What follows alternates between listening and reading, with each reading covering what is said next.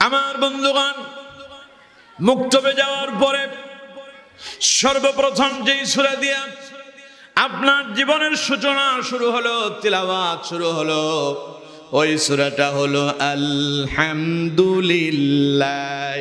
রাব্বিল আলামিন। ইমাম সাহেব অথবা মাওলানা সাহেব মুখে মুখে বলে, ছোট বাচ্চাটাও মুখে মুখে তিলাওয়াত শুরু করে দেয়, সুবহানাল্লাহ। আমার বন্ধুগণ, অথচ আপনি বাংলার কথা বলেন, বাংলা যখন শেখানো হয় প্রথমে শেখায় কি? স্বরবর্ণ এবং ব্যঞ্জন বর্ণগুলো, ঠিক কিনা?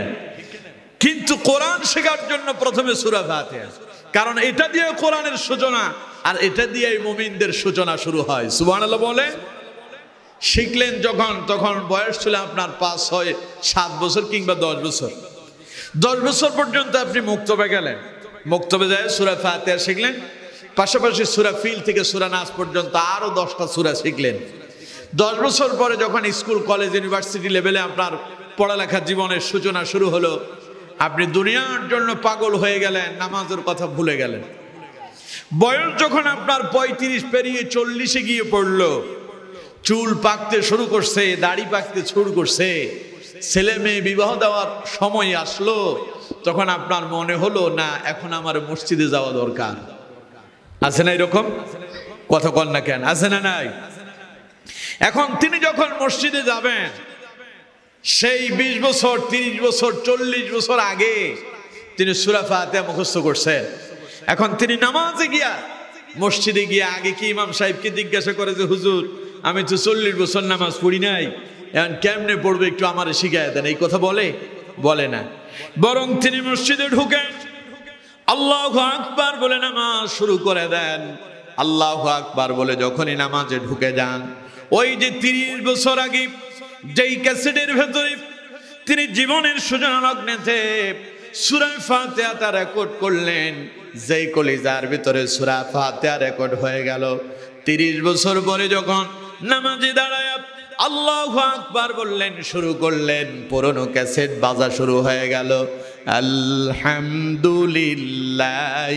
রাব্বিল আলামিন আর রহমানির রহিম মালিকি ইয়াউমিদ্দিন। পড়েন আল্লাহু আকবার। এই সূরা মানুষ ভুলে না, এই সূরা মানুষ কি ভুলে না। একবার মুখস্থ করছেন, কলিজায় গেঁথে দিয়েছেন যিনি, তিনি কে? আরো জোরে বলেন, তিনি কে? সুতরাং এই সূরা যারা পারে না, সে নিজের মুসলমান বলে পরিচয় দিতেও পারবে না। কারণ নামাজ যেই সূরা ছাড়া হয় না, ওই সূরার নাম সূরাতুল ফাতিহা। নবী করিম সাল্লাল্লাহু আলাইহি ওয়াসাল্লাম বলছেন, লা সালাতা ইল্লা বিফাতিহাতিল কিতাব। এই যে এগুলো বন্ধ করতে হবে, এই যে আওয়াজ হয়, পেছনে আওয়াজ হয়, এগুলো বন্ধ করেন।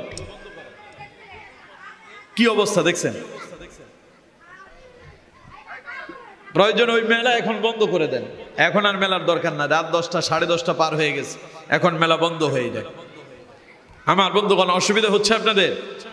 প্রিয় বন্ধুগণ, তো বলছিলাম সূরা ফাতিহা এমন একটি সূরা, যে সূরা ছাড়া নামাজই হয় না।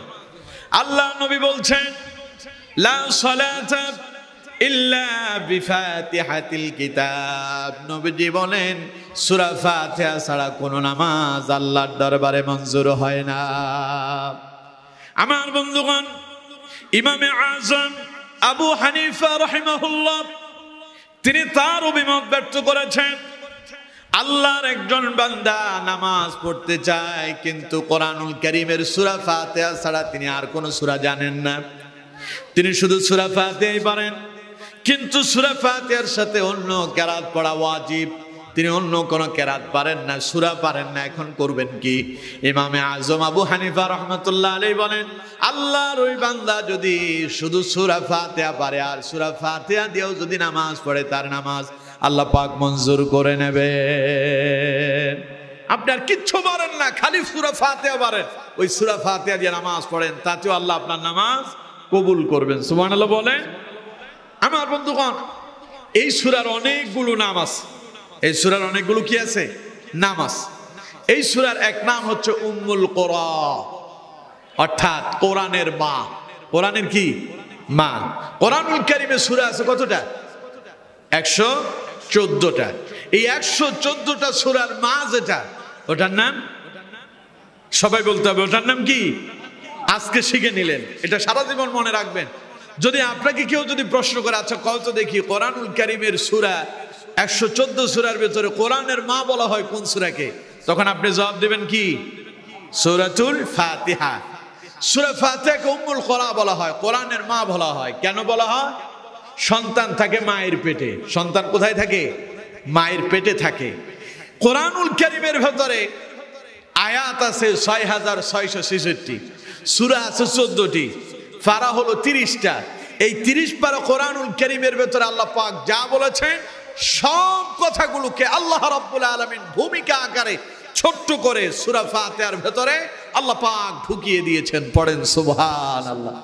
এই জন্য সূরা ফাতিহাকে বলা হয় উম্মুল কোরআ, অর্থাৎ কোরআনের মা, অথবা উম্মুল কিতাব, কিতাবের মা। এই সূরার আরো নাম আছে। এই সূরার আরেকটা নাম হচ্ছে সূরাতুর রাহমা, অর্থাৎ রহমতের সূরা। এই সূরার আরেক নাম হলো সূরাতুল বারাকা। এই সূরাতে আল্লাহ পাক বরকত দিয়েছেন। সুবহানাল্লাহ। কোন এই সূরাতে বরকত আছে কি? এই যে আপনারা মাঝে মধ্যে হুজুরদের কাছে যান, পেটে ব্যথা হয়, বাচ্চা কান্নাকাটি করতেছে, আপনার আমাশা হচ্ছে, ডায়রিয়া হচ্ছে, ওষুধ খেলেন, ডাক্তার দেখালেন, পেট ভালো হয় না, তখন আপনারা হুজুরের কাছে যান, হুজুর একটু পানি পড়া দেন। যান না আপনারা? যাওয়ার পরে হুজুর যেই সূরা পড়ে পানি পড়া দেয়, আপনার পানিতে ফু দিয়ে দেয়, ওই সূরার নামও সূরাতুল ফাতিহা। সুবহানাল্লাহ। কোন এখন আপনি বলবেন, হুজুর সূরা তো আমি পারি, আমিও তো পড়ি, কিন্তু আমি ফু দিলে কাম হয় না, হুজুর দিলে কাম হয়, এর কারণ কি? আপনি পড়েন না, ফু দেন, কাম হবে না, কিন্তু হুজুর দেয়, কাম হয় কেন? এটার একটা কারণ আছে না? কথা কয় না, এটার একটা কারণ আছে না? কারণটা হলো এই, আপনি তো নামাজ পড়েন না, আপনি কোরআন অনুসরণ করেন না, আপনি কোরআন মেনে চলেন না, আপনি গানও শোনেন, সিনেমাও দেখেন, অশ্লীল কর্মকাণ্ড করেন, হারাম হালাল তর্ক করেন না, আপনি ইচ্ছা মতো জীবন যাপন করতেছেন। তাই কোরআন দিয়ে ফু দিলে আপনারটা কাম হয় না। হুজুর নামাজ পড়ে, কোরআন পড়ে, কোরআন শিখা, হালাল হারাম মেনে জীবন যাপন করে, এক কথায় তার কাছে ইসলাম আছে। এই জন্য তিনি কোরআন পড়ে ফু দিলে তার ফুতে বরকত লাগে। সুবহানাল্লাহ। কারণ কোরআনুল কারীমে আল্লাহ পাক বলছেন, এই কোরআন মুমিনদের জন্য আল্লাহ পাক শিফা হিসাবে তৈরি করেছেন। সুবহানাল্লাহ। কোরআনুল কারীমে আল্লাহ পাক বলছেন, ওয়া নুনাজ্জিলু মিনাল কুরআনি মা হুয়া শিফাউ ওয়া রাহমাতুল লিল মুমিনিন ওয়া লা ইয়াজিদুয যালিমিনা ইল্লা খাসারা। আল্লাহ পাক বলছেন, ওয়া নুনাজ্জিলু মিনাল কুরআন, এই কোরআনকে আমি আল্লাহ পাক অবতীর্ণ করলাম, মা হুয়া শিফাউ ওয়া রাহমাতুল লিল মুমিনিন, সকল রোগের মহা ঔষধ করে। এই কোরআন দিয়া যদি আপনি আপনার কুমড়া গাছ, লাউ গাছের ভিতরে ফুল আসে না, ফল আসে না, আপনার ফল গাছে ফল ধরে না, এই কোরআন তিলাওয়াত দিয়া যদি হুজুর থেকে পানি পড়া নিয়া আপনি যদি ওই লাউ গাছে কিংবা আপনি কদু গাছে, কুমড়া গাছে অথবা আপনার ফল গাছে যদি একটু পানি ছিটায়া দেন, কোরআনের বরকতে আবার সেই গাছের ভেতরে যিনি ফল দিয়ে দেন তিনি কে?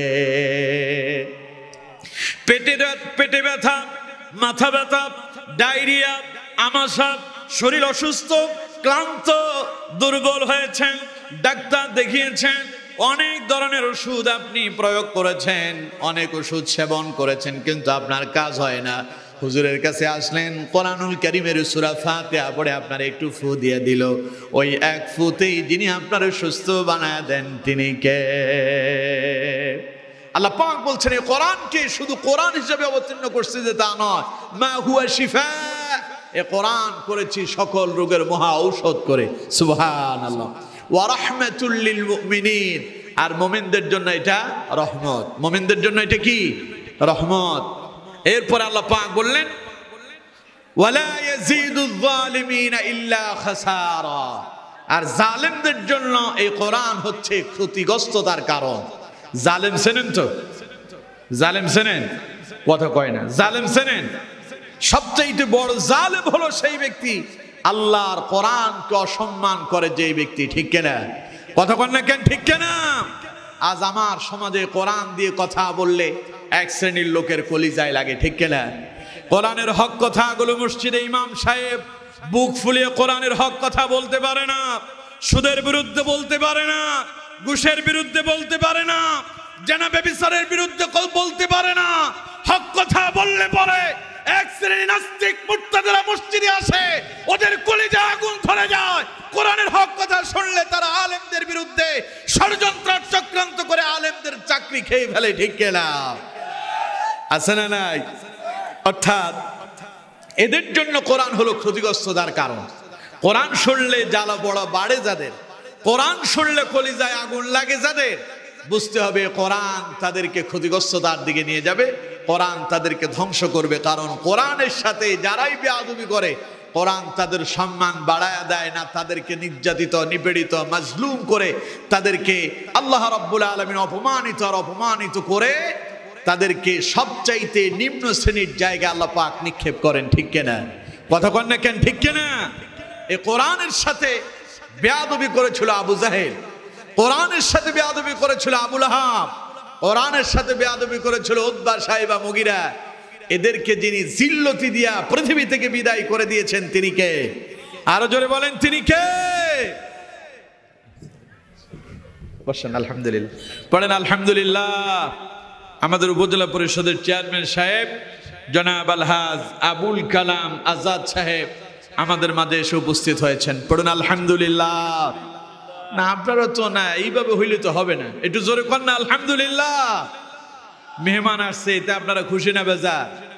তো খুশি হইলে একটু আমার সাথে আওয়াজ দিয়ে কর নারে তাকবীর। আরো জোরে নারে তাকবীর। আমার বন্ধুগণ, মেহমান এসেছেন, মেহমানের সম্মানে আমরা এটা তাকবীর দিলাম, এতে খুশি হয়েছেন কে? মেহমানকে যদি আপনি সম্মান করেন আল্লাহ আপনার সম্মান বাড়ায় দিবেন। তো প্রিয় বন্ধুগণ, যে কথাটা আমি বলছিলাম, কোরআন মুমিনদের জন্য রহমত, কোরআন মুমিনের জন্য কি? রহমত। আর জালেমের জন্য এটা গজব। জালেমের জন্য কি? গজব। কোরআনের সঙ্গে যারাই বেয়াদবি করে, কোরআনের সঙ্গে যারাই গাদ্দারি করে, কোরআনের সঙ্গে যারাই অপমান আর অপদস্থ কোরআনকে করতে চায়, ওদেরকে জিল্লতি দিয়া পৃথিবী থেকে যিনি বিদায় করেন তিনি কে? আরো জোরে বলেন, তিনি কে? এ কোরআনের সঙ্গে গাদ্দারি করেছিল আবু জাহেল, আবু লাহাব, উতবা সাইবা মুগিরা, তাদেরকে যিনি তামাম পৃথিবী থেকে বেইজ্জতি করে বিদায় করে দিয়েছেন তিনি কে? আরে কোরআনের সাথে সম্পর্ক করেছিল হযরতে আবু বকর, হযরতে ওমর, হযরতে উসমান, হযরতে আলী, হযরতে তালহা, হযরতে জুবাইর, হযরতে বেলাল, হযরতে খাব্বাব, হযরতে খুবাইব। মর্যাদা কমলো না তাদের বাড়লো? সবাই বলেন, তাদের মর্যাদা কমলো না বাড়লো? কে বাড়ায় দিলেন? আরো জোরে বলেন, কে? এই জন্য কোরআনের সাথে সম্পর্ক যাদের হয়, কোরআন তাদের মর্যাদা বাড়ায় দেয়। আর কোরআনের সাথে যারাই বেয়াদবি করে, কোরআন তাদেরকে জিল্লতি আর অপমানিত করে ছাড়ে। এর জন্য আমার বন্ধুগণ, আল্লাহ পাক বলছেন কোরআন দিয়েছি তামাম পৃথিবীর মুমিনের জন্য রহমত, এবং সমগ্র পৃথিবীবাসীর জন্য এটা হচ্ছে শিফা। সুবহানাল্লাহ। তাহলে আপনারা যখন হুজুরের কাছে আসেন, মাথা ব্যথা হয়, পেটে ব্যথা, ডায়রিয়া, আমাশা হয়, যেই সূরা দিয়া ফু দেয় ওই সূরার নাম, কথা কয় না, ওই সূরার নাম সূরাতুল ফাতিহা। এই জন্য সূরা ফাতিহার এক নাম সূরাতুল বারাকাত, অর্থাৎ বরকতময় সূরা। এই সূরার আরো নাম আছে। এই সূরার আরেক নাম হচ্ছে সূরাতুদ দুআ। দোয়া বুঝেন তো? আপনারা নামাজের পরে দোয়া করেন না? সবচেয়ে শ্রেষ্ঠ দোয়া যেটা, ওটার নাম হচ্ছে সূরাতুল ফাতিহা। হাদিসের ভেতরে নবী করিম সাল্লাল্লাহু আলাইহি ওয়াসাল্লাম বলছেন, আফদালুয যিকরি লা ইলাহা ইল্লাল্লাহ ওয়া আফদালুদ দুআই আলহামদুলিল্লাহ। পড়েন আল্লাহু আকবার। আল্লাহ নবী বলছেন, সবচাইতে শ্রেষ্ঠ জিকির হলো লা ইলাহা ইল্লাল্লাহ, লা ইলাহা ইল্লাল্লাহ, লা ইলাহা ইল্লাল্লাহ মুহাম্মাদুর রাসূলুল্লাহ।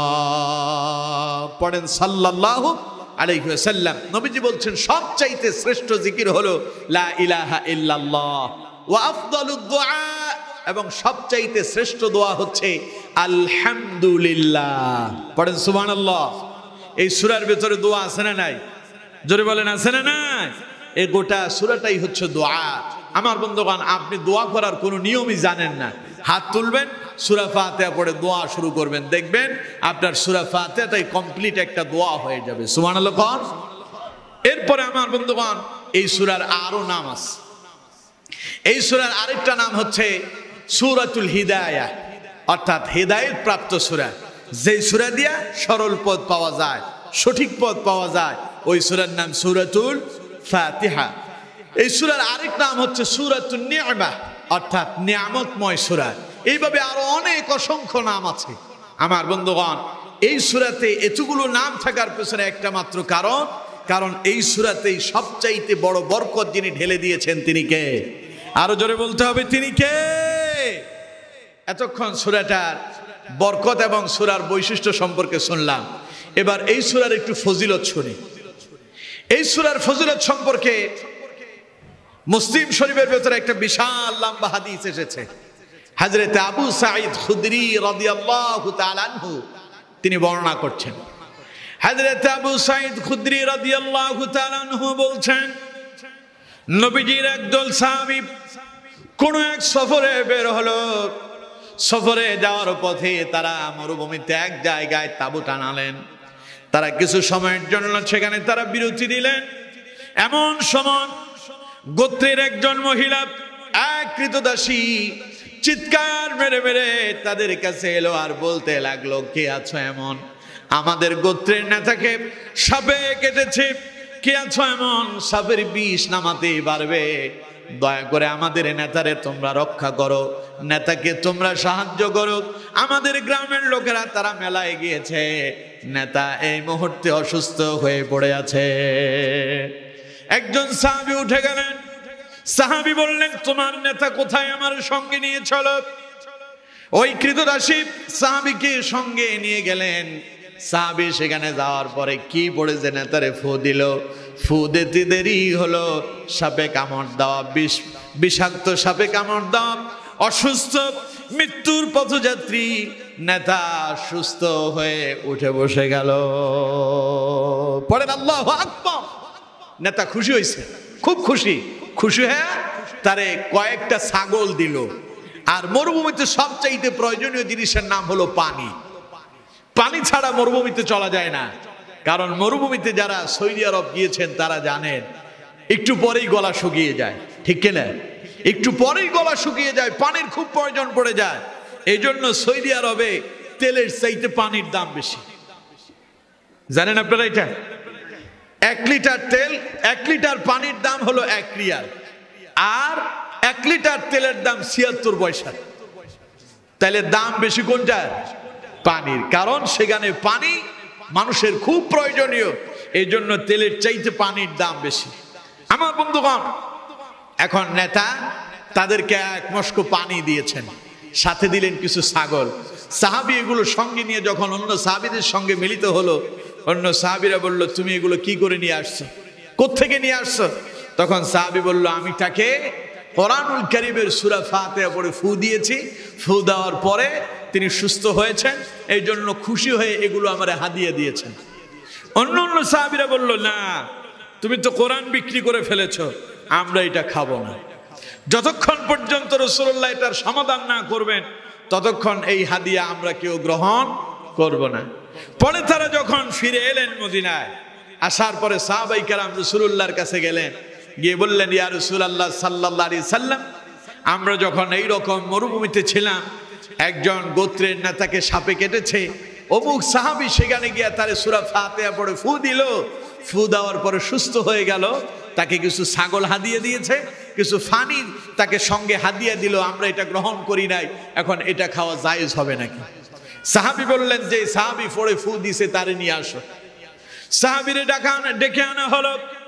সাহাবী এলেন, নবীজি জিজ্ঞাসা করলেন, সাহাবীরে তুমি কি পড়ে ফু দিয়েছো? সাহাবী বললেন, হুজুর আমি তো পড়েছি ফাতিহাতুল কিতাব, আলহামদুলিল্লাহি রাব্বিল রাব্বিল আলামিন আর রহমানির রহিম মালিকি ইয়াউমিদ্দিন। পড়েন আল্লাহু আকবার। নবীজি বললেন আমার সাহাবীরা, এটা যে সূরাতুশ শিফা, এটা যে সুস্থ হওয়ার জন্য দোয়া, এটা তুমি কি করে বুঝতে পেরেছো? সাহাবী বললেন ইয়া রাসূলুল্লাহ সাল্লাল্লাহু আলাইহি সাল্লাম, আমি এটাকে বরকতময় মনে করেছি, তাই এই সূরা বলে ফু দিয়েছি।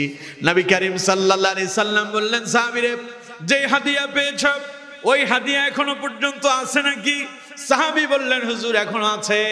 নবীজি বললেন, সেখান থেকে তোমরা নিজেরাও কিছু গ্রহণ করো, যদি থাকে অবশিষ্ট কিছু আমারেও তোমরা দিও। সুবহানাল্লাহ। সেখান থেকে এই হাদিস দ্বারা প্রমাণিত হয় হুজুররা মাঝে মধ্যে পানি পড়া দেয়, ঝাড়ফুঁক করে দেয়, এতে হাদিয়া নেওয়া জায়েজ। এতে হাদিয়া নেওয়া কি? কথা কয় না, এতে হাদিয়া নেওয়া কি? জায়েজ। কিন্তু এখন আমরা করি কি? ডাক্তারের কাছে যায়, ডাক্তার তো ওষুধ দেয় না, কাগজ একটাতে কিছু ওষুধ লিখে দেয়, এই ওষুধ খাবেন। এটা শুধু লিখে দিয়েছে, 1500 টাকা ভিজিট নিল। লিখে দেওয়ার ভিজিট কত? 1500 টাকা। আর হুজুরের কাছে এলো, ফু দিল, ফু দেওয়ার পরে সুস্থ হয়ে গেছে। ডাক্তারের কাছে গিয়া স্লিপ লিখতে লাগলো 1500 টাকা, ওষুধ কিনতে গেল আরো 1500, খরচ হইল কত? 3000। 3000 টাকার ওষুধ খাওয়ার পরেও পেটের ব্যথা যায় না, মাথা ব্যথা দূর হয় না। হুজুরের কাছে এলো, হুজুর 1500 টাকা দিয়ে ডাক্তারের কাছ থেকে স্লিপ নিয়ে এলাম, 1500 টাকার ওষুধ খেলাম, এখনো পেটে ব্যথা গেল না, মাথা ব্যথা গেল না, হুজুর একটু আপনি ফু দিয়ে দেন। হুজুর ফু দিয়ে দিল, সূরা ফাতিহা পড়া উনি সুস্থ হয়ে গেছেন। ডাক্তারের দিলেন 1500, ওষুধের দোকানে মেডিসিনের দোকানে দিলেন 1500, কিন্তু হুজুরের বেলায় খালি গোল্লা। আছে না নাই? কত কয় না, আছে না নাই? এখন হুজুরের বেলায় আসলে হুজুর যদি বলে যে কিছু হাদিয়া তোফা আপনারা দিয়েন, তখন তো আমাদের হুজুরের লোভ বেশি। আছে না নাই? ডাক্তার যে 1500 টাকা নিল, ওতে কোনো লোভ নাই। ডাক্তার শুধু স্লিপ লিখে দিবে, যেই ডাক্তার ফি যত বেশি নেই, মানুষ মনে করে ওই ডাক্তার বড় ডাক্তার। ঠিক কিনা? কত কয় না, ঠিক কিনা? কিন্তু কোরআনের মর্যাদার সম্মান আমরা দিতে জানি না, কারণ কোরআন থেকে তো আমরা উপকার পাই, এর জন্য এটার মর্যাদা বুঝি না। যদি বুঝতাম তাহলে ডাক্তারের চাইতে আলেমদের সম্মান আর ইজ্জত আমরা বেশি করতে পারতাম। ঠিক কিনা? কিন্তু আজ উল্টো। যে আমার দেশে একখান কথা আছে, যার কারণে সিন্নি খাইলি মোল্লা চিনলি না, এমন কথা তো আপনাদের এইসব এলাকায় বলে না? হ্যাঁ, যার কারণে সিন্নি খাইলি মোল্লা চিনলি না, যার কারণে সুস্থ হইলি তারাই চিনলি না, ডাক্তারের পেছনেই ঘুরলি, অথচ আল্লাহর কোরআন দিয়ে শেষ পর্যন্ত সুস্থ হলি। ঠিক কিনা? আমাদের দেশে দেখবেন অসুস্থ হইলে প্রথমে ডাক্তারের কাছে যায়, সব টাকা পয়সা শেষ করে এবার মসজিদের ইমাম সাহেবের কাছে আসে, হুজুর সব তো শেষ করলাম, এবার লাস্ট চিকিৎসা কোরআন দিয়ে যদি পারেন আপনারা হুজুররা মিলে আমার জন্য একটু দোয়া খায়ের করে দেন। হুজুর দোয়া করছে আর ভালো হয়ে গেছে। ঘটনা কি? ওই যে লক্ষ টাকা সেখানে খরচ করলেন, হুজুরের বেলায় যখন বলছে যে আমরা 10 জন হুজুর মিলে এসে আপনাদের জন্য একটু কোরআন তিলাওয়াত করে আপনাদের জন্য দোয়া করে দেব, 2000 টাকা লাগবে। 2000 টাকা আছে না নাই? কতক্ষণ না কেন, আছে না নাই? আমি বলি তোমার থেকে 2000 না 2 লাখ টাকা নেওয়া উচিত, কারণ তুমি তো আগে গর্বিটা পর্যন্ত বিক্রি করে ডাক্তার দেখাইছো, ডাক্তারে তো কাম হয় না, এখন কোরআনের কাছে আসছো, কোরআন তোমার সুস্থ বানায় দিল। ঠিক কিনা? এর জন্য আমার বন্ধুগণ, সূরা ফাতিহার ফজিলত হচ্ছে এই, যদি কোনো বিষাক্ত কোনো জীবজন্তু যদি কামড় দেয়, ওই বিষকে দূর করার জন্য সূরা ফাতিহা হচ্ছে সবচাইতে শ্রেষ্ঠ এবং মহা ঔষধ। সুবহানাল্লাহ। এই হলো একটা ফজিলত।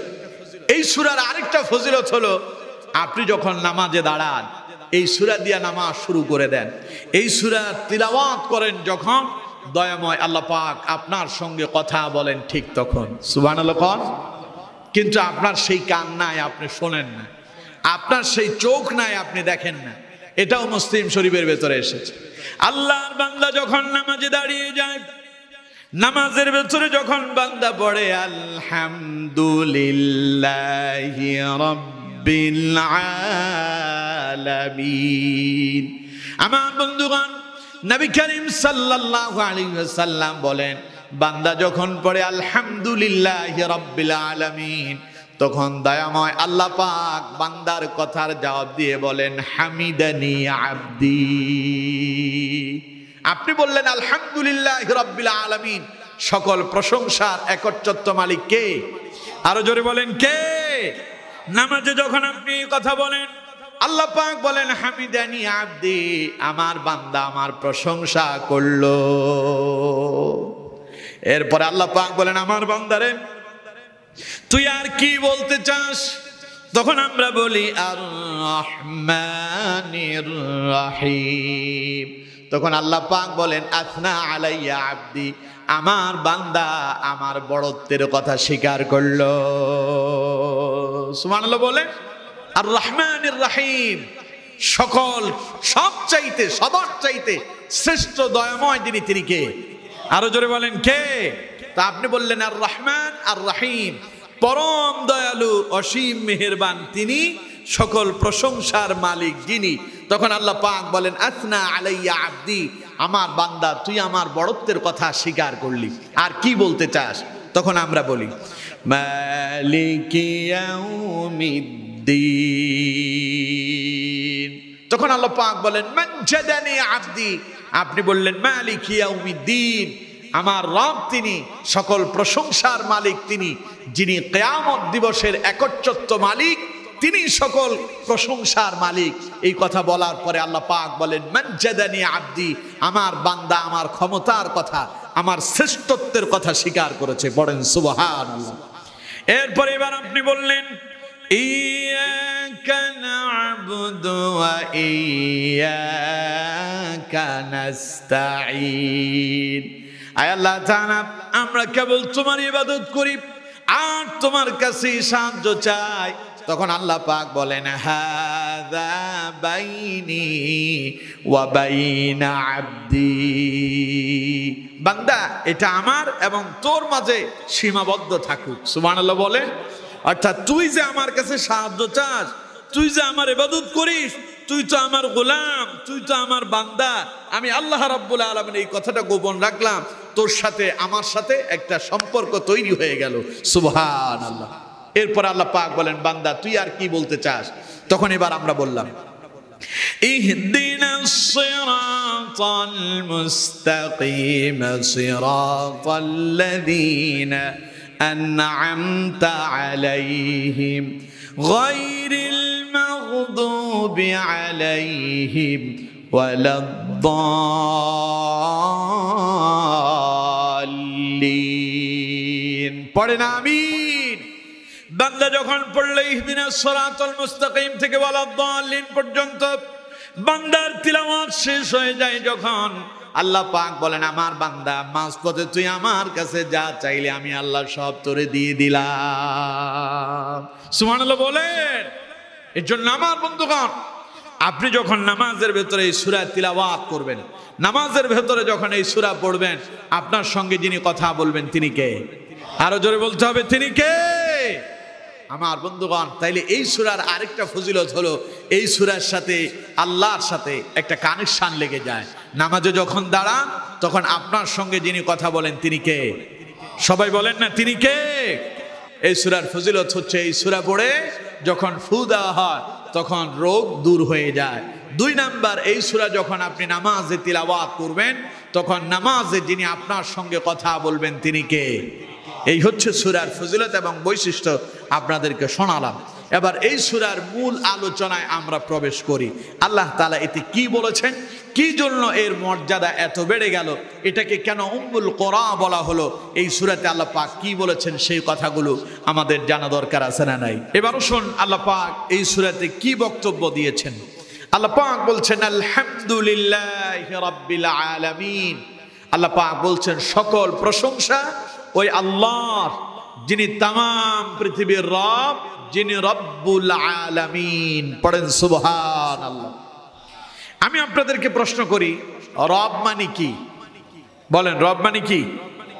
রব মানে আল্লাহ না? তাই তো আগে তো আল্লাহ আল্লাহ বলেই দিলেন আলহামদুলিল্লাহ। আল্লাহ বলছেন সকল প্রশংসা কার? আল্লাহর। পরে বললেন রব্বিল আলামিন। এই রব মানে কি আগে আমাদেরকে জানতে হবে। রব মানে হচ্ছে প্রতিপালক। রব মানে কি? প্রতিপালক। যিনি প্রতিপালন করেন, যিনি লালন পালন করেন তিনি কে? আরো জোরে বলেন তিনি কে? আমাদের যখন খিদা লাগে খাবার কে দেন? কে দেয়? জমিনে ধান রোপণ করেন, ধান রোপণ করলেন, একটা গাছ আসলো একটা, কিন্তু ওই এক গাছে একটাই ধান আসলো?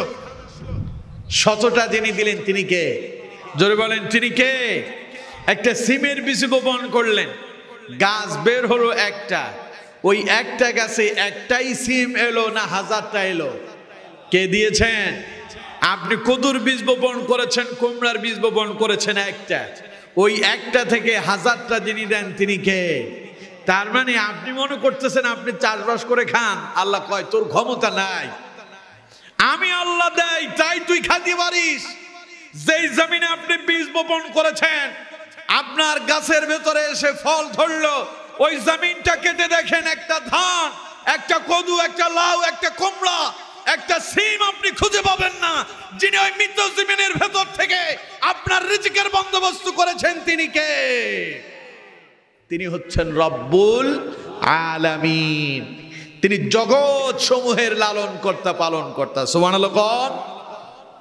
এই জন্য আমার বন্ধুগণ, মানুষ যখন মরে যাবে, আমরা মরবো না? কথা বলেন, মরবো না? মরার পরে আপনাকে কবরে জিজ্ঞাসা করা হবে, তিনটা প্রশ্ন হবে। ওই তিন প্রশ্নের এক প্রশ্ন হলো তোমার রব কে? সুবহানাল্লাহ কইলেন না? আপনি যখন মরে যাবেন, মরার পরে যখন আপনাকে কবরে রেখে আসা হবে, নবীজি বললেন মানুষজন যখন আপনজন আপনাকে মাটি চাপা দিয়ে চলে যাবে, মৃতদের পায়ের শব্দ, জীবিতদের পায়ের শব্দ মৃত ব্যক্তি কবর থেকে তখনও শুনতে পাবে। নবীজি বললেন এমন সময় দুইজন ফেরেশতা আসবে, আপনাকে কবরে উঠায় বসাবে, বসায় আপনাকে জিজ্ঞাসা করবে, প্রথম প্রশ্ন মান রব্বুকা, তোমার রব কে? সুবহানাল্লাহ। কোন? তাহলে প্রথম প্রশ্ন কি? মান রব্বুকা, তোমার রব কে? তোমার কে লালন পালন করছে? আগে তার জবাব দাও। এখন আপনি বলবেন বাপ আমারে লালন পালন করছে, মা আমারে লালন পালন করছে, নাকি? এই কথা বললে চলবে? কথা কয় না, এই কথা বললে চলবে? যদি বলেন মা বাবা লালন পালন করছে, তখন আল্লাহ প্রশ্ন করবে তোর মা বাবারে কে লালন পালন করছে? এবার আপনি জবাব দিবেন আমার দাদা দাদি, আমার নানা নানি। আল্লাহ জিজ্ঞাসা করবে তাদেরকে কে লালন পালন করছে? যেতে যেতে যাবেন আদম পর্যন্ত, আদমের কাছে যাওয়ার পরে তো আর কেউই নাই, এবার খালি। এবার কি? এবার আল্লাহ জিজ্ঞাসা করবেন আদমকে কে লালন পালন করল? জবাব এসে যাবে আলহামদুলিল্লাহি রাব্বিল আলামিন। জগৎ সমূহের যিনি লালন কর্তা, পালন কর্তা, তিনি আমারও লালন কর্তা, আপনারও লালন কর্তা, সবার লালন কর্তা, পালন কর্তা যিনি, তিনি কে? জোরে বলেন তিনি কে? প্রশ্ন করা হবে কবরে। প্রথম প্রশ্ন মান রব্বুকা, তোমার রব কে? আমার বন্ধুগণ, সেই রবের জবাব যদি আপনি দিতে পারেন, তাহলে কবরটা যিনি আলোকিত জান্নাত বানায় দিবেন তিনি কে?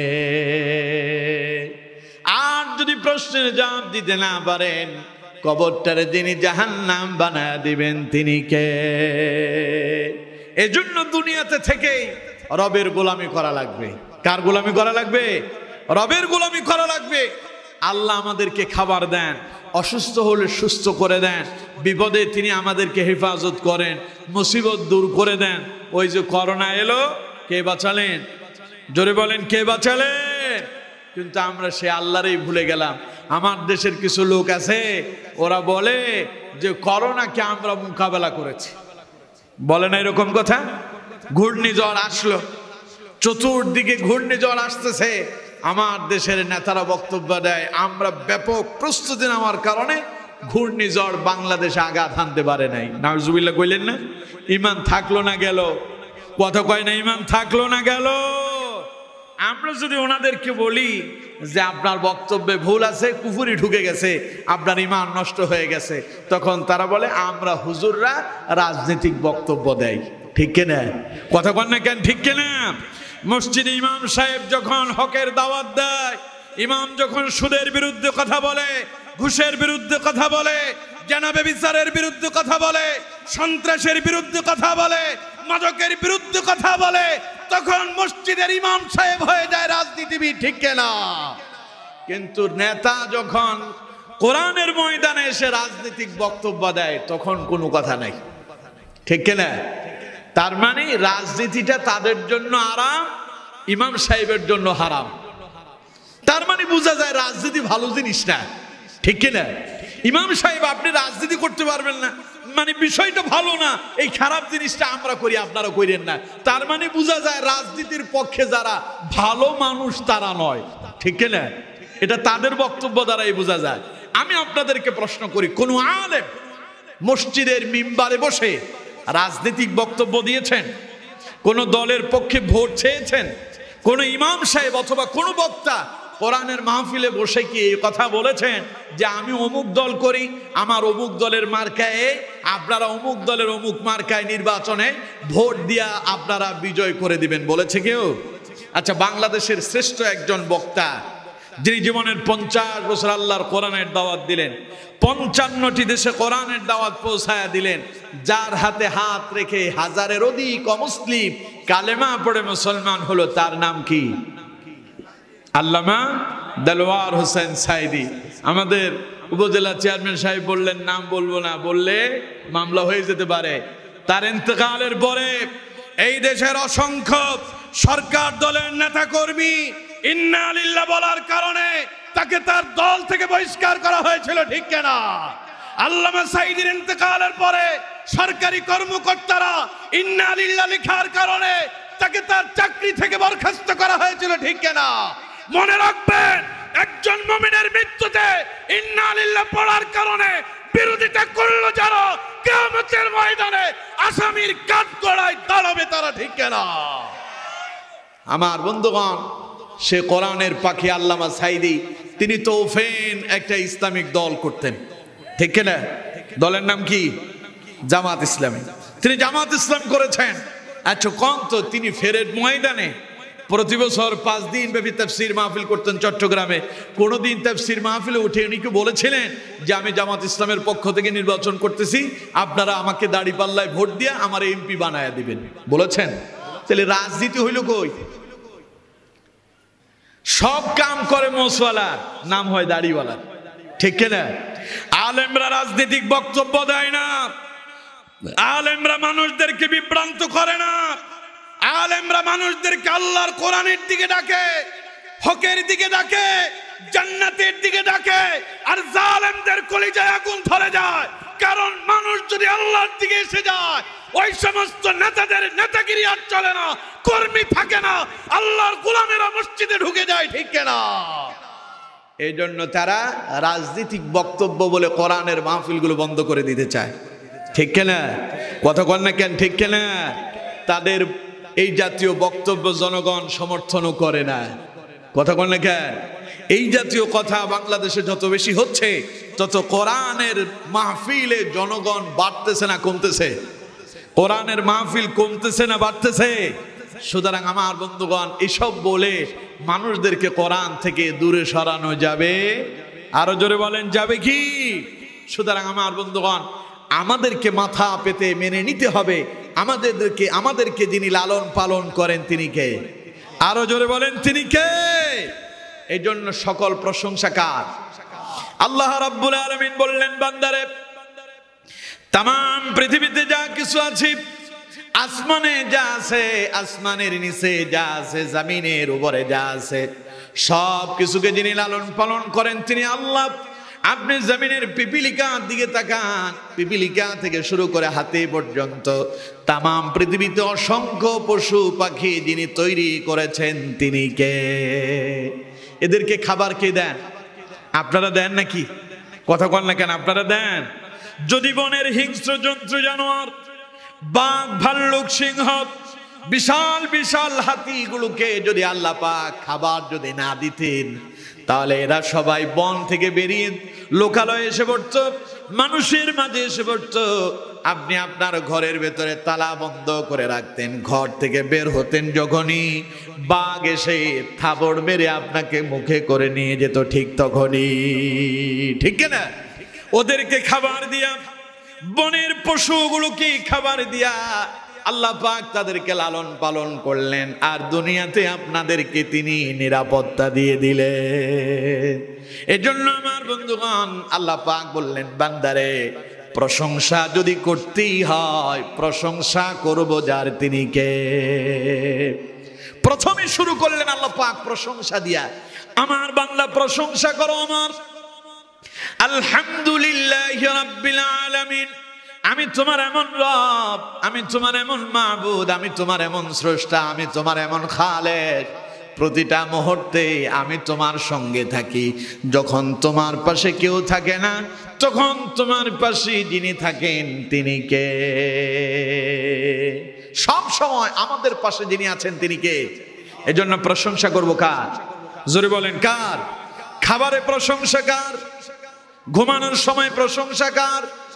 ব্যবসা বাণিজ্যে প্রশংসা কার? যদি সব জায়গায় যদি আল্লাহর প্রশংসা করতে পারেন, আল্লাহ পাক বলেন, বান্দা আমি তোমার প্রতি খুশি হয়ে যাই। আল্লাহর প্রশংসা করে যারা, আল্লাহ পাক খুশি হয়ে যান তাদের উপরে। পড়েন সুবহানাল্লাহ।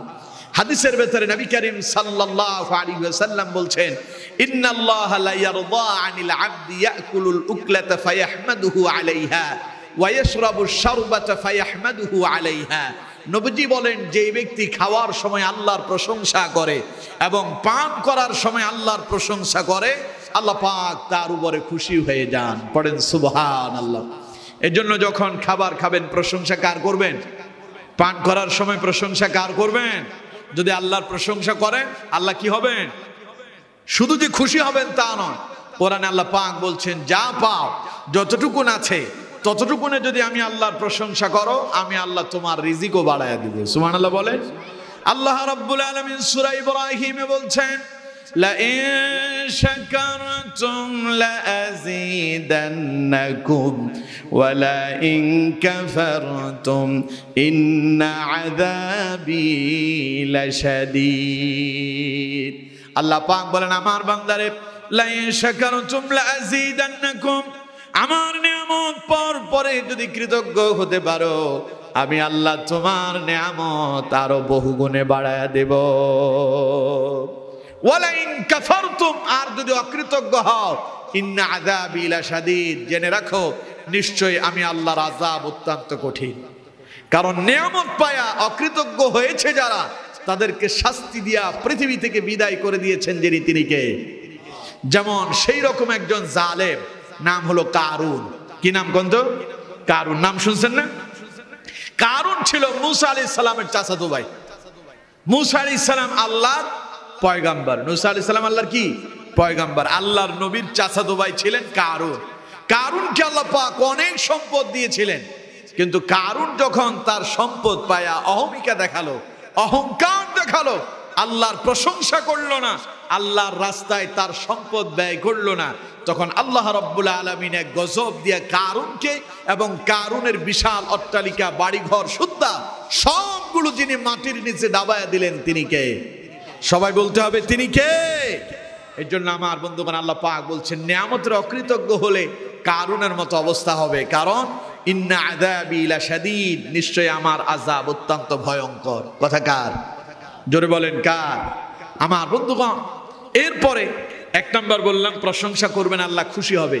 দুই নাম্বারে বললাম প্রশংসা করলে আল্লাহ রিজিক বাড়ায়া দিবে। এবার তিন নাম্বার শোনেন, প্রশংসা করবে যারা আল্লাহ, আল্লাহ পাক বলেন তাদের আমল নামাতে সওয়াব লিপিবদ্ধ করার জন্য ফেরেশতারা প্রতিযোগিতায় লেগে যাবে। সুবহানাল্লাহ বলেন।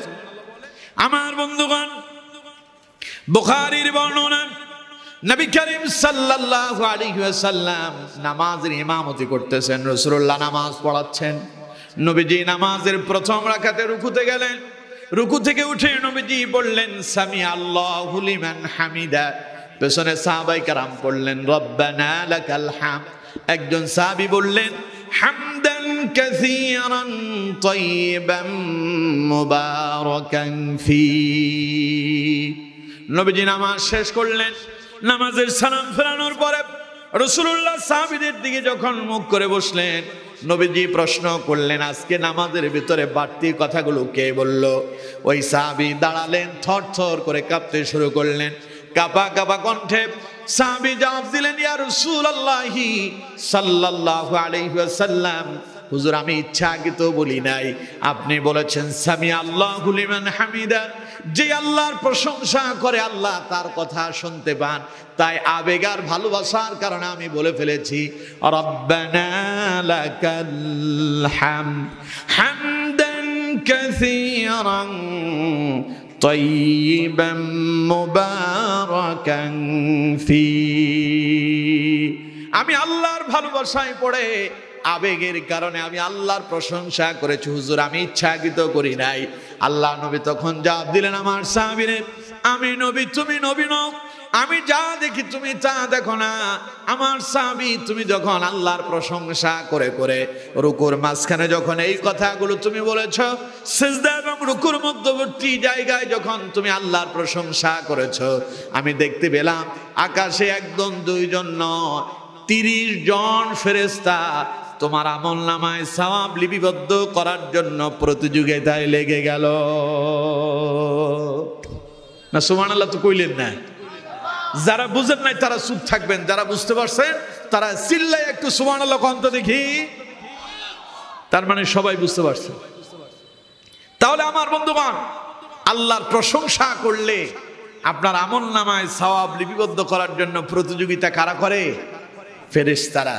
সুতরাং এই জন্য জীবনের প্রতিটা মুহূর্তে প্রশংসা করব কার? পারবো তো ইনশাআল্লাহ। আল্লাহ আমাদেরকে তৌফিক দান করুন, বলুন আমিন। এরপরে আমার বন্ধুগণ, আল্লাহ রাব্বুল আলামিন বলছেন আর রহমানির রহিম। প্রশংসা তার যিনি রহমান, যিনি দয়ালু, আর রহিম যিনি পরম দয়ালু। আমার বন্ধুগণ, আর রহমান মানিও দয়ালু, আর রহিম মানিও দয়ালু।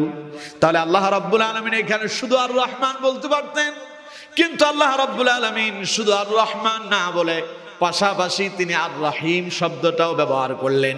এর মানে বোঝা যায় রহমান এবং রহিম যদিও দয়ালু হয়, দুইটার ভেতরে একটা পার্থক্য আছে না নাই? আরো জোরে বলেন, আছে না নাই? আমার বন্ধুগণ, আর রহমান মানে হলো শুধু দয়ালু, আর রহিম মানে হচ্ছে পরম দয়ালু। আমার বন্ধুগণ, মুহাদ্দিসিনে কারাম, মুফাসসিরিনে কারাম তাফসীর করতে গিয়ে লিখেছেন আর রহমান মানে হলো तमाम পৃথিবীতে যা কিছু আছে সবার জন্য আল্লাহ পাক সমানভাবে দয়ালু। কাফেরদের জন্য আল্লাহ দয়ালু, ইহুদিদের জন্য আল্লাহ দয়ালু, মাদুসীদের জন্য আল্লাহ দয়ালু, নাসারাদের জন্য আল্লাহ দয়ালু, মুশরিকদের জন্য আল্লাহ দয়ালু, মুমিনদের জন্য আল্লাহ দয়ালু, মুসলমানদের জন্য আল্লাহ দয়ালু। কালো সাদা ধর্ম বর্ণ নির্বিশেষে যা কিছু আছে, तमाम পৃথিবীর সমস্ত কীট পতঙ্গ মানব দানব যা আছে সবার জন্য আল্লাহ পাক হলেন সবার জন্য আর রহমান। পড়েন আল্লাহু আকবার। সবার জন্য আল্লাহ সমানভাবে দয়ালু। সবার জন্য আল্লাহ কি? সমানভাবে দয়ালু। কেন সমানভাবে? মনে করেন আল্লাহ পাক যদি শুধু মুমিনদেরকে খাবার দিতেন আর কাফেরদেরকে যদি খাবার না দিত, তখন কাফেরেরা কিয়ামতের দিন আল্লাহর বলতো, আল্লাহ তুমি তো মুমিনদেরকে ভালো ভালো খাবার দিছো, এই জন্য তারা তোমার গোলামি করছে, আমাদেরকে দাও না, এই জন্য আমরা করতে পারিনি। এজন্য আল্লাহ রাব্বুল আলামিন বললেন, মুমিনেরা যে সমুদ্রের মাছ খাবে, কাফেররা কি সমুদ্রের মাছ খেতে পারবে, কোনো অসুবিধা নাই। মুমিন যেই বাজারে যাবে, কাফেররা একই বাজারেই যাবে, তাতে কোনো অসুবিধা নাই। মুমিন যেই গাছের ফল খাবে, কাফেরও একই গাছেরই ফল খাবে। সবার জন্য আল্লাহ পাক সমানভাবে দয়ালু, যাতে করে কিয়ামতের দিন কেউ আল্লাহর বিরুদ্ধে অভিযোগ স্থাপন করতে না পারে। পড়েন আল্লাহু আকবার। তাহলে দুনিয়ায় সবার জন্য আল্লাহ কি? দয়ালু। সবার জন্য কি? দয়ালু। এটাকে বলা হয় আর রহমান। এবার আল্লাহ পাক বলছেন আর রহিম, পরম দয়ালু। সেটা আবার কোনটা? আমার বন্ধুগণ, পরম দয়ালুর পরিচয় মুহাদ্দিসিনে কারাম লিখেছেন, মুফাসসিরিনে কারাম লিখেছেন, এই পরম দয়াটা হবে কিয়ামতের ময়দানে। আল্লাহ রাব্বুল আলামিন যখন तमाम পৃথিবীর সমস্ত মানুষরা যখন আল্লাহর সামনে দাঁড়াবে, জীবনের প্রত্যেকটা জীবনের প্রতিটা মুহূর্তের হিসাব যখন আল্লাহর সামনে দেবে, তখন আল্লাহ রাব্বুল আলামিন তার কিছু বান্দার গুনাহগুলোকে গোপন রেখে দিয়া আল্লাহ পাক তাদেরকে পরম দয়া দিয়া আল্লাহ রাব্বুল আলামিন তাদেরকে গোপনে গোপনে জান্নাতের মেহমান বানায়া দিবে। তামাম পৃথিবীতে এমন কোন মানুষ নাই যে জীবনে গুনাহ করে নাই। আচ্ছা, গুনাহ করেন না এরকম একজন মানুষ হাত তোলেন, আছেন কেউ? সবাই গুনাহ করছে, কিন্তু আমার বন্ধুগণ কিয়ামতের দিন আল্লাহ পাক তার স্পেশাল পাওয়ার দেখাবেন, স্পেশাল দয়া, যেটা রাহিমের দয়া হবে। সেই দিন আল্লাহ পাক তার দয়া দিয়া তার কিছু বান্দাদেরকে গোপনে গোপনে গুনাহটারে গোপন রেখে আল্লাহ তাদেরকে জান্নাত দান করবেন। সুবহানাল্লাহ।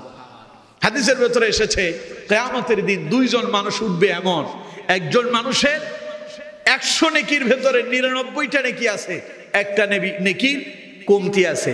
আরেকজন মানুষের 100-র ভিতরে 99 নাই, আছে মাত্র একটা। কত আছে?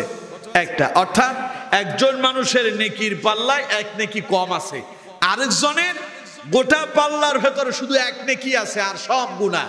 এখন কন্ত যার 1 নেকি কম সে কি জান্নাতে যাবে? কথা কয় না, সে জান্নাতে যাবে? জাহান্নামী, কারণ তার নেকির কমতি পড়ে গেছে। আরেকজনের একটা নেকি আছে, সেও জাহান্নামে যাবে। দুইজন জাহান্নামী হয়ে যাচ্ছে। ফেরেশতারা দুইজনকে জাহান্নামের দিকে নিয়ে যাচ্ছে।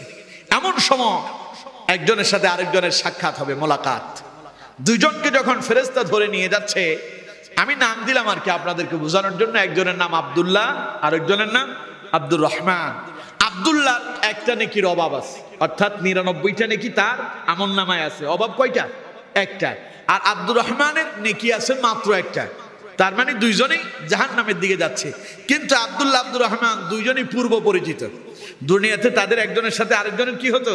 দেখা সাক্ষাৎ হতো। তার মানে নেকি যার 99টা আছে বোঝা যায় সে আমল করত, আর যার একটা কম আছে, একটা মাত্র নেকি আছে, বোঝা যায় সে আমল কম করত। এখন দুইজন যখন জাহান্নামের দিকে যাচ্ছে, তখন আব্দুল্লাহ, আব্দুর রহমান পরস্পর সাক্ষাৎ হয়ে যাওয়ার পরে আব্দুর রহমান আব্দুল্লাহকে দেখে প্রশ্ন করতেছে, ভাই তুমি কই যাও? আব্দুল্লাহ কয়, তুমি যে এইদিকে যাচ্ছ আমিও তো একই লাইনেই যাচ্ছি, তুমি কই যাও?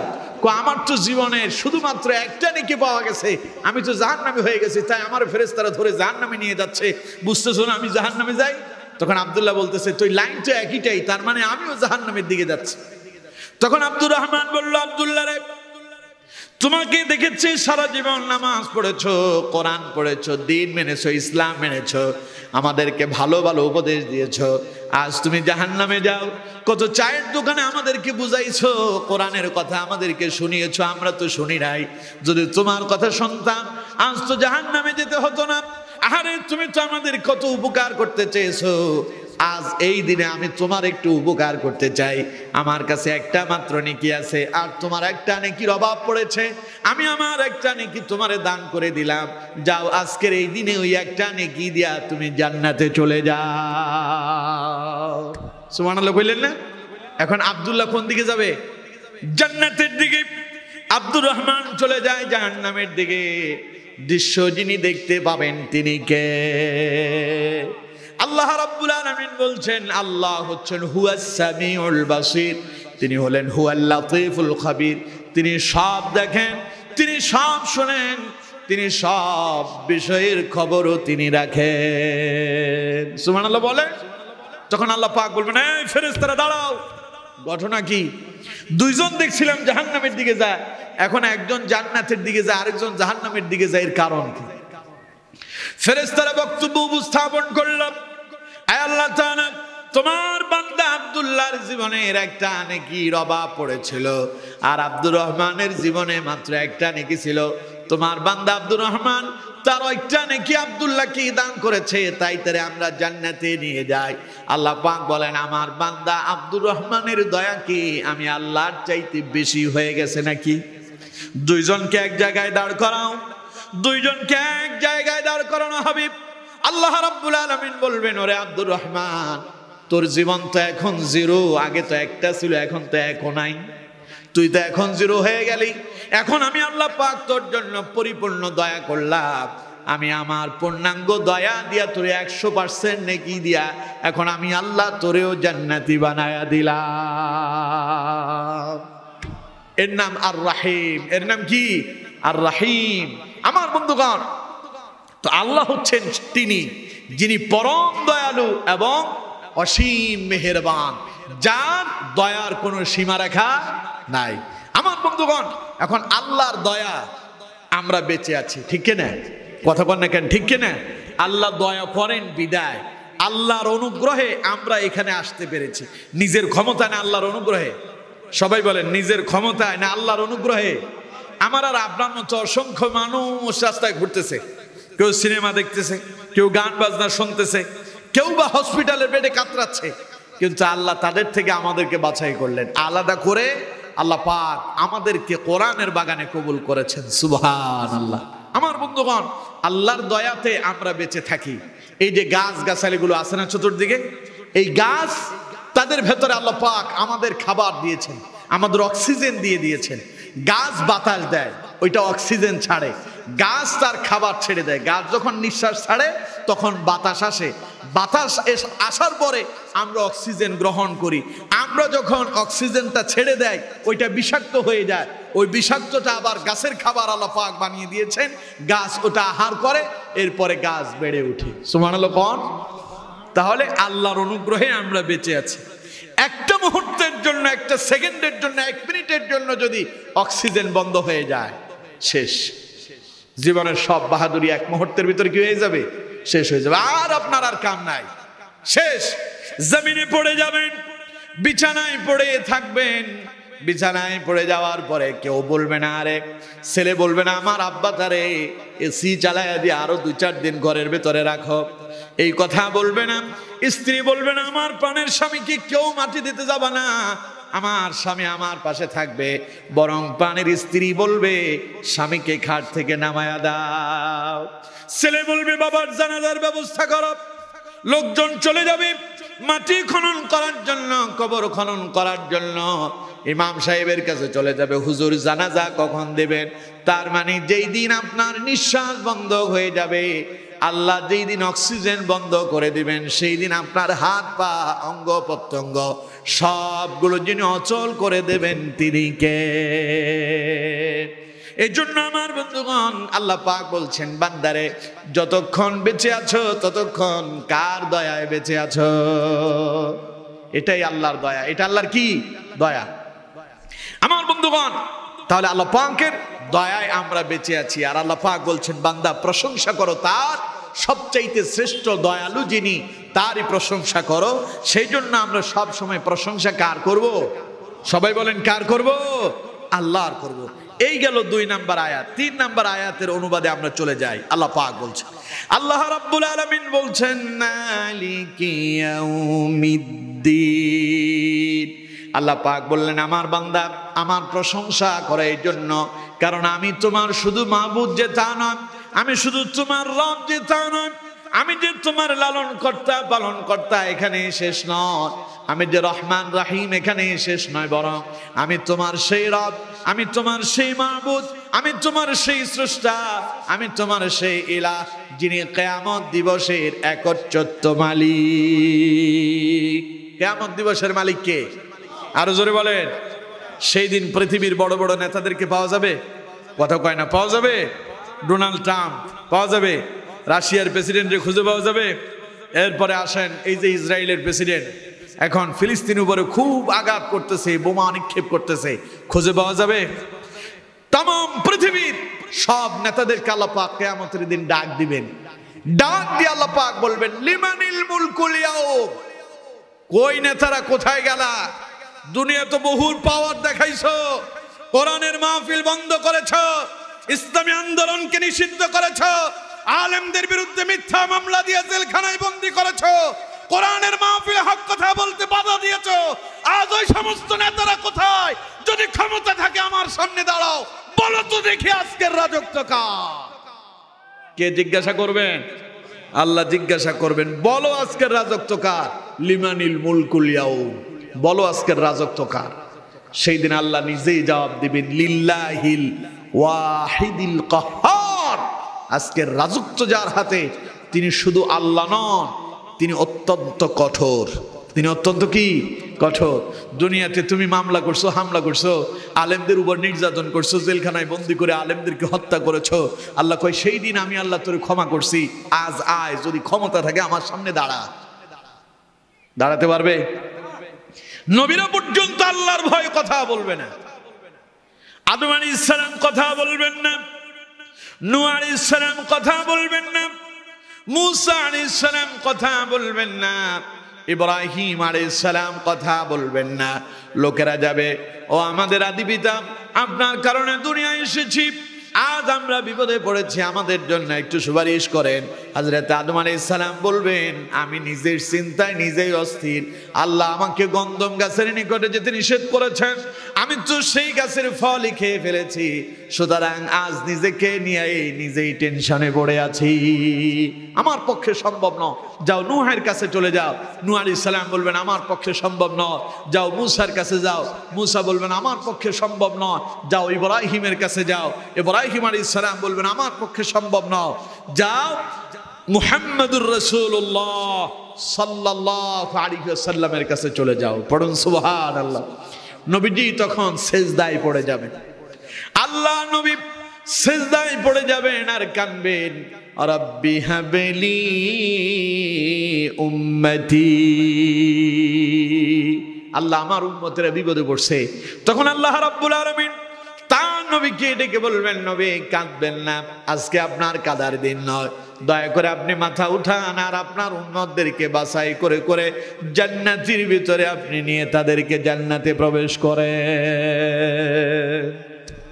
সুতরাং আমার বন্ধুগণ, সেই দিন পচা নেতাদের কোনো খোঁজ পাওয়া যাবে? কতক্ষণ না কেন যাবে? সেই দিন ফেরাউনের ক্ষমতা চলবে না, নমরুদের ক্ষমতা চলবে না, আবু জাহেল আবু লাহাবের ক্ষমতা চলবে না, আমেরিকার প্রেসিডেন্টের ক্ষমতা থাকবে না, রাশিয়ার প্রেসিডেন্টের ক্ষমতা থাকবে না। আমার বন্ধুগণ, আমার দেশ তো একখান দুর্বল দেশ, এই দেশের কথা বলবো কি আর?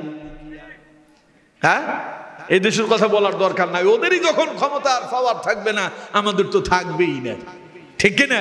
কথা বল না কেন? ঠিক কিনা? সেই দিন আল্লাহ জিজ্ঞাসা করবেন, লিমানিল মুলকুল ইয়াউম, বলো আজকের রাজত্ব কার? আল্লাহ রাব্বুল আলামিন সেই কথাই আমাদের কি শিখায়া দিলেন, আমার বান্দারে প্রশংসা করো তার, মালিকি ইয়াউমিদ্দিন, যিনি হলেন কিয়ামত দিবসের মালিক। ওই কিয়ামত দিবসের একচ্ছত্র মালিক যিনি, তিনি কে? বিশ্বাস হয়? কথা কয় না? বিশ্বাস হয়? জীবনে যা করতেছেন সব কিন্তু রেকর্ড হয়ে যাচ্ছে। কিয়ামতের দিন আল্লাহ আপনাকে দেখাবেন আপনার আমলনামা, দেখে তো আশ্চর্য হয়ে যাবেন, অবাক হয়ে যাবেন, চিন্তায় পড়ে যাবেন।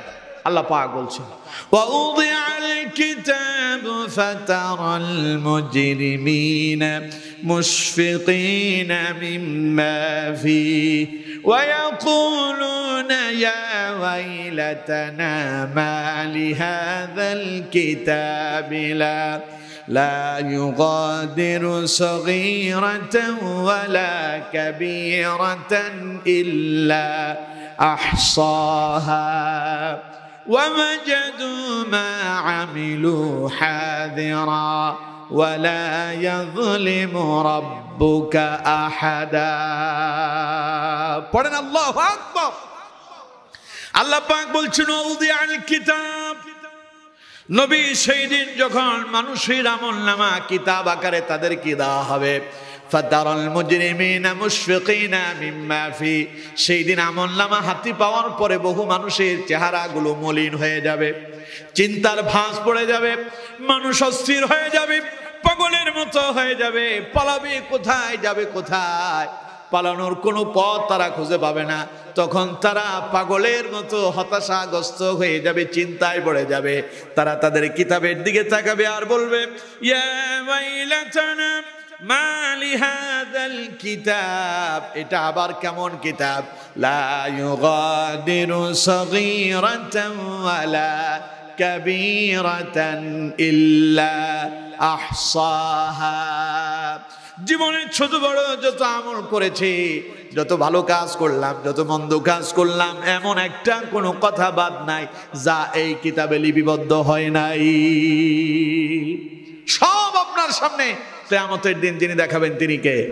সবাই বলেন কে? সেই দিন আফসোস করা ছাড়া দ্বিতীয় আর কোনো পথ খোলা থাকবে না।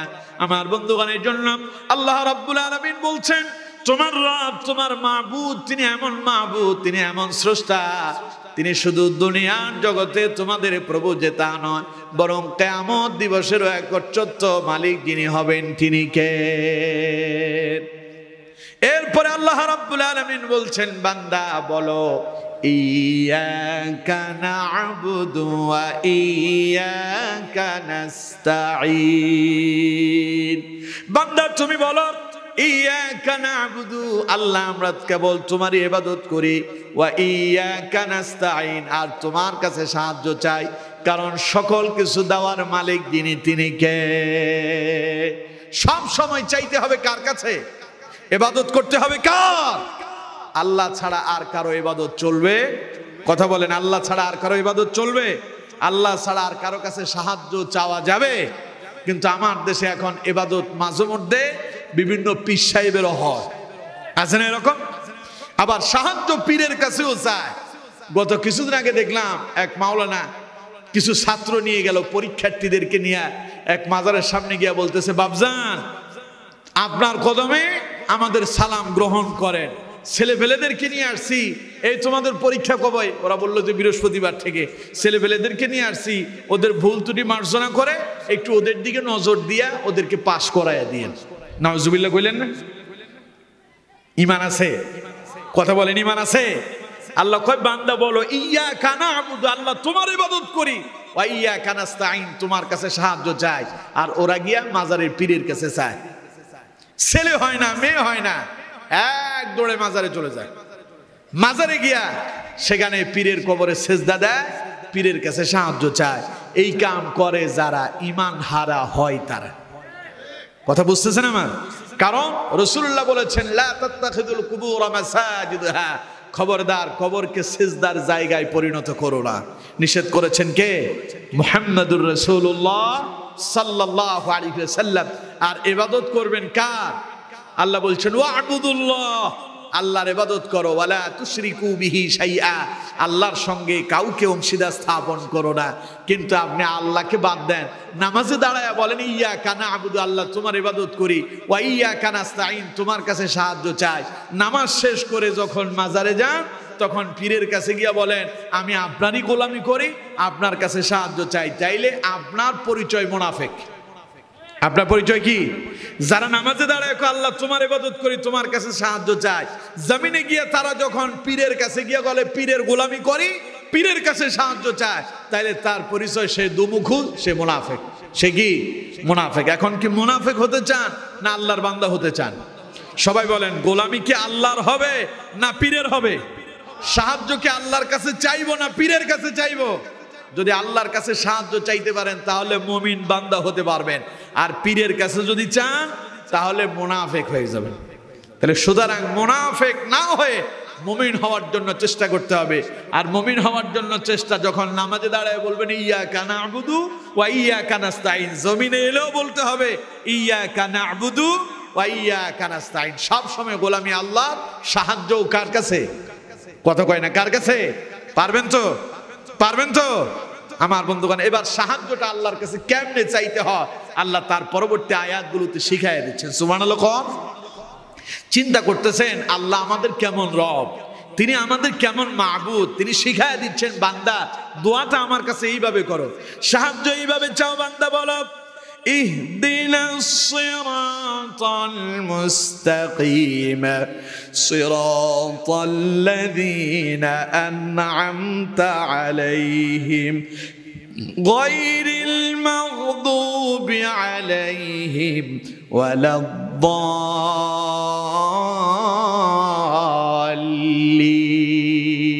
পড়েন আমিন। আল্লাহ পাক বলছেন, বান্দা বলো, ইহদিনাস সিরাতাল মুস্তাকিম, হে আমার রব, আমি আপনার কাছে এই সাহায্য চাই, আপনি আমাকে সরল সহজ সঠিক হেদায়েতের পথ যেটা, ওই পথে আপনি আমাকে পরিচালিত করেন। সুবহানাল্লাহ। আল্লাহ পাক বলছেন, বান্দা এইভাবে বলো, সিরাতাল্লাযীনা আন'আমতা আলাইহিম, হেদায়েতের পথ প্রাপ্ত হয়েছিল যারা, সন্তুষ্ট তুমি ছিলে যাদের উপরে, তাদের পথে আমাকে পরিচালিত করো। এখন তারা কারা? তারা হচ্ছেন নবীরা। তারা কারা? নবীরা এবং নবীদের অনুসারী সাহাবাই কারাম। আল্লাহ তুমি আমাকে নবীদের মতো, নবীদের উপরে তুমি যেমন সন্তুষ্ট ছিলে, সাহাবাই কারামের উপরে তুমি যেমন সন্তুষ্ট ছিলে, তোমার দ্বীনের উপরে যারা অটল এবং অবিচল ছিল, যাদের উপরে তুমি খুশি ছিলে, আমাকে তাদের পথেই তুমি পরিচালিত করো। সুবহানাল্লাহ। এরপরে আল্লাহ পাক বলছেন, বান্দা এইভাবে বলো, গায়রিল মাগদুবি আলাইহিম ওয়ালাদ-দাল্লিন। আল্লাহ তাদের পথে আমাকে পরিচালিত করো না যাদের উপরে তুমি ছিলে অসন্তুষ্ট, যাদের উপরে নেমে এসেছিল তোমার গজব। ওই ফেরাউন, নমরুদ, হামান, কামান, আবু জাহেল, আবু লাহাব, উতবা, সাইবা, মুগিরাদের পথে আমাকে পরিচালিত করো না। বলেন সুবহানাল্লাহ। আপনি যখন এইভাবে দোয়া করেন, নবী করিম সাল্লাল্লাহু আলাইহি সাল্লাম বলছেন, আসমানে একদল ফেরেশতা নামাজের ভেতরে আপনি যখন ওয়ালাদ-দাল্লিন পড়া শেষ করেন, একদল ফেরেশতা চিৎকার মেরে পড়ে আমিন। সুবহানাল্লাহ। কোন নবীজি বলেছেন এই জন্য যখন ইমাম পড়বে গায়রিল মাগদুবি আলাইহিম ওয়ালাদ-দাল্লিন, তখন তোমরাও পড়ো আমিন। কারণ তোমাদের আমিন আর আসমানের ফেরেশতার আমিনের সাথে যদি মিলে যায়, তাহলে আল্লাহ পাক তোমাদের পূর্বের সব গুনাহ মাফ করে দিবেন। সুবহানাল্লাহ। এখন আমিন নিয়ে আমার দেশে মারামারি আছে না? আমিন কি আসতে বলবো না জোরে বলবো, এই নিয়ে মারামারি আছে না নাই? কথা কয় না, আছে না নাই? এই নিয়ে মারামারি করার কিছু না, এটা মুস্তাহাব বিষয়। আমিন যদি আপনি নাও বলেন অসুবিধা হবে না, বললে সওয়াব হবে, না বললে ক্ষতি হবে না, গুনাহ হবে না। তবে বলবেন যেখানে যে নিয়মে চলে, যেখানে যে নিয়মে চলে। আমার দেশে মারামারি যত কাজে সব মুস্তাহাব বিষয় নিয়ে। হাত কি নাবিতে বাঁধবো না বুকে বাঁধবো, এই নিয়ে মারামারি। আমিনকে আসতে বলবো না জোরে বলবো, এই নিয়ে মারামারি। আমার দেশে টুপি কোনটা মাথায় দিব, এই নিয়ে মারামারি। পাঞ্জাবি নিয়ে মারামারি, ঠেলাঠেলি, গুতাগুতি আমাদের হুজুরদের মাঝেও আছে না নাই? কথা কয় না, আছে না নাই? অথচ ফরজ নিয়ে, ওয়াজিব নিয়ে কারো কোনো কথা নাই। নামাজ দৈনিক কয় ওয়াক্ত ফরজ? 5 ওয়াক্ত। 5 ওয়াক্তে কত রাকাত? 17 রাকাত। কত রাকাত? আচ্ছা কোন তো কেউ কি আজ পর্যন্ত এই কথা বলছে না 17 রাকাত হবে না 20 রাকাত পড়তে হবে? বলছে কেউ? কেউ কি কথা বলছে না 17 রাকাত না 2 রাকাত কম পড়তে হবে? বলছে কেউ? তা বলে না কেন? কোরআনে কত পারা? কোরআনে কত পারা?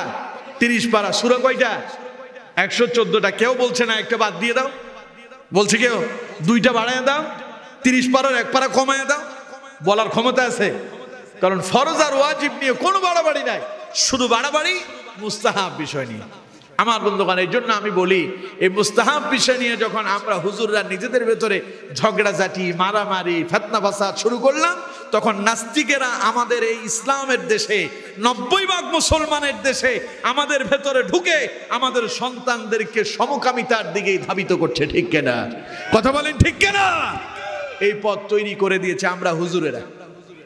আমাদের গুতাগুতি, আমাদের একজন আরেকজনের বিরুদ্ধে ফতোয়াবাজি, একজন আরেকজনের জাহান্নামী আর কাফের বানায় দেওয়া যখন শুরু করছি, ওরা চিন্তা করছে ওরা ঝগড়াঝাটি আর মারামারি করুক, আমরা আগামী প্রজন্মকে জাহান্নামী বানায় দেই।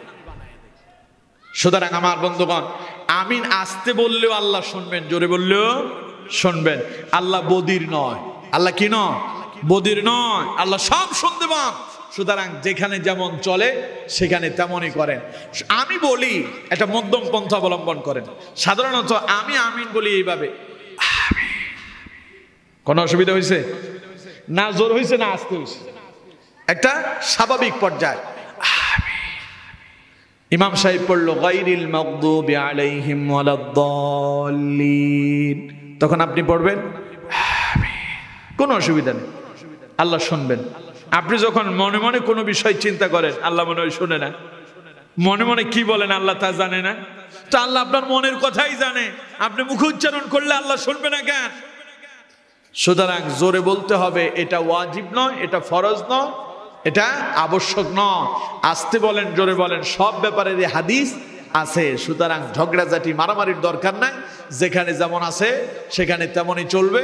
কেউ যদি আস্তে বলতে ভালো লাগে তিনি আস্তে বলবেন, যিনি জোরে বলে মজা পান তিনি জোরে বলবেন। তবে যেখানে আস্তে চলতেছে সেখানে জোরে বইলা মানুষের ভেতরে ফাটল সৃষ্টি করা যাবে না।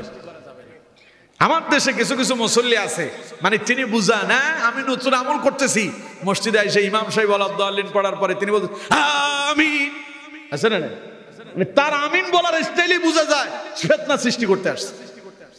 সে যদি মোহাব্বতের সাথে আমিন বলতো তাহলে তার আমিনের আওয়াজ আমিন হওয়ার কথা ছিল না, তার তখন আমিনের আওয়াজ হওয়ার কথা ছিল ইমামের তিলাওয়াতের পর্যায় যেমন হবে শ্রোতার আমিনের আওয়াজটাও তেমন হবে। ইমাম যখন পড়বে ওয়ালাদ-দাল্লিন, যদি জোরে বলার অভ্যাস থাকে তিনি বলবেন আমিন। আর ইমাম যদি এভাবে বলে ওয়ালাদ-দাল্লিন, তখন মুসল্লি বলবে আমিন, কারণ ইমামের তিলাওয়াতের পর্যায়ে মুসল্লির আমল হবে।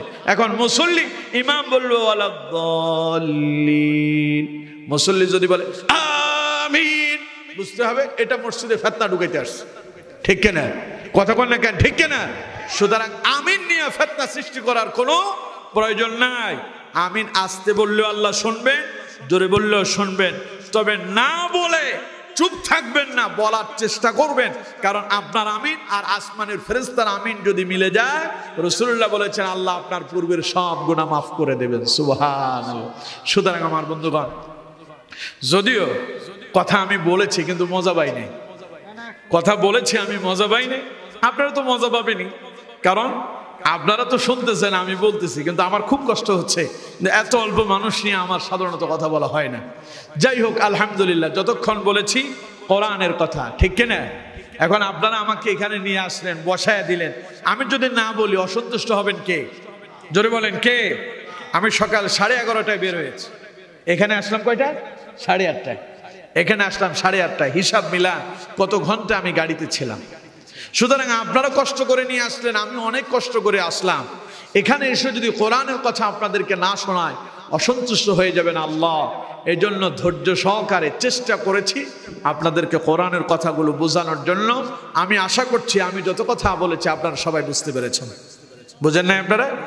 তো হেদায়েত পাওয়ার জন্য বেশি মানুষের দরকার নাই, হেদায়েত তো সবাই হয় না, হেদায়েত হবে 2-1 জন, ঠিক কিনা? তো এখন আপনারা যারা এসেছেন 2-1 জন যদি এই সূরার উপরে কোনো একটা আমল করতে পারেন, জীবন সাকসেস, মাহফিল সমর্থক হবে, মাহফিলটা সফল হয়ে যাবে, ঠিক কিনা? আসুন, আজ যত কথা বলেছি আল্লাহ তাআলা আমাকে সহ আপনাদের সকলকে প্রত্যেকটা কথার উপরে বাস্তব জীবনে আমল করার তৌফিক দান করুন। আমরা বলি আমিন।